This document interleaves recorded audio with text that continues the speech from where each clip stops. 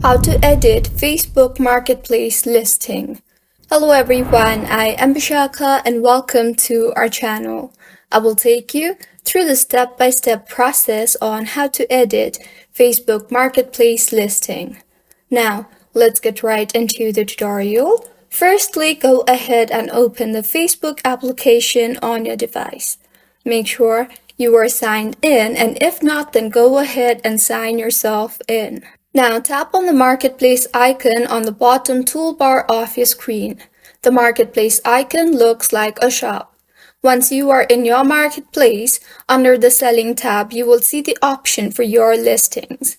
Tap on that, and in the interface that you will be led to, you will be able to view all your Facebook Marketplace listings. Tap on the three dots beside the listing you want to make changes in, and further, tap on the Edit Listing option. And now go ahead and make the necessary changes. Once you are done making the changes, tap on the Save button on the top right of your screen, and this is how you can edit Facebook Marketplace listing. If you find this tutorial helpful, please like the video and do subscribe to our channel for more content like this. Thank you for staying with us until the end.